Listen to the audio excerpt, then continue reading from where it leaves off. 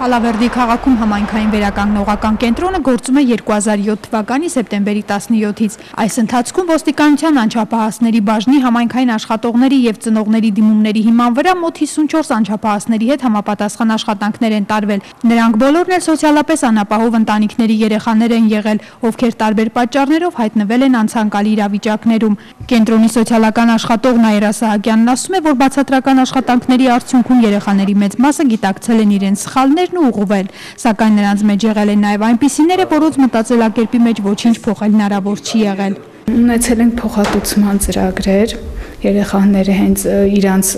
սխալը գիտակցելով, իրանց նախաձեռնություններով փոխհատուցման ծրագրեր են իրագործել։ Այսօր էլ համայնքային կենտրոն է հաճախում 4 շահառու։ 14-ամյա Արսեն Սարգսյանը բնակվում է Լոռու մարզի Շնորհ գյուղում։ Արսենն այսօր սխալներն ուղղելու փորձեր է անում, սակայն վատն այն է, որ բացակայությունների արդյունքում դուրս է մնացել դպրոցից։ Փոխհատուցման ծրագրի շրջանակներում երեխաները չեն պատժվում ուղղիչ մանկական գաղութներում, նրանց իրենց սխալները գիտակցելու ու ուղղվելու փորձեր անելու հնարավորություն են ձեռնվում։ Ինչի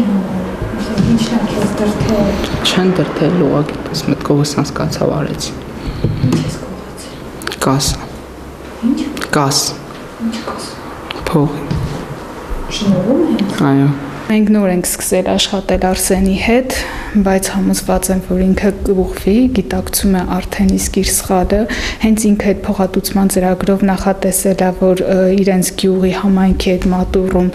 կազմակերպի ծառատունք, կմաքրի տարածքը,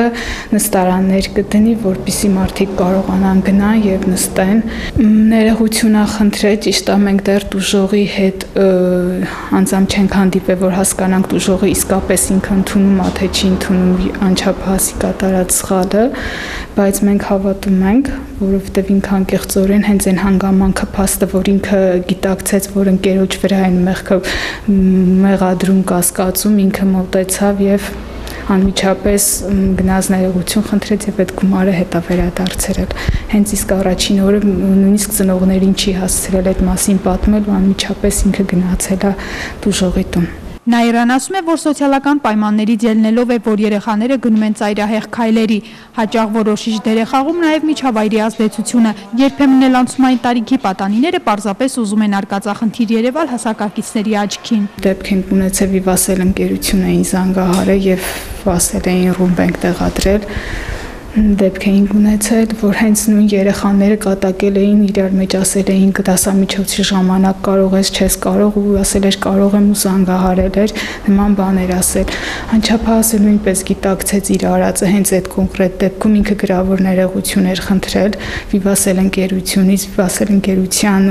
անձնակազմը հրավիրեց մեզ Վիվասել ընկերություն եւ հենց մենք տեղում նույնպես ներողություն ենք խնդրել, ծանոթացան երեխաները, հենց Վիվասելի աշխատանք շրջեցին Վիվասելում։ ՅՈՒՆԻՍԵՖ կազմակերպության կողմից իրականացվող ծրագրին, որը ապրիլ ամսին էր կազմակերպվել, մասնակցել են նաև Սուրեն Մելիքսեցյանն ու Արամայիս Քոչարյանը։ Երեխաները պետք է կարողանային խոսել իրենց իրավունքների մասին եւ իրենց իսկ պատմության հիման վրա էլ նկարահանեին փոքրիկ ուսուցողական տեսահոլովակներ։ Ծրագրի արդյունքում համայնքի երեխաների կողմից հետաքրքիր աշխատանքներ են ստացվել, որոնք տեղադրված են ինտերնետային կայքերում եւ դաստիարակիչ նշանակություն ունեն։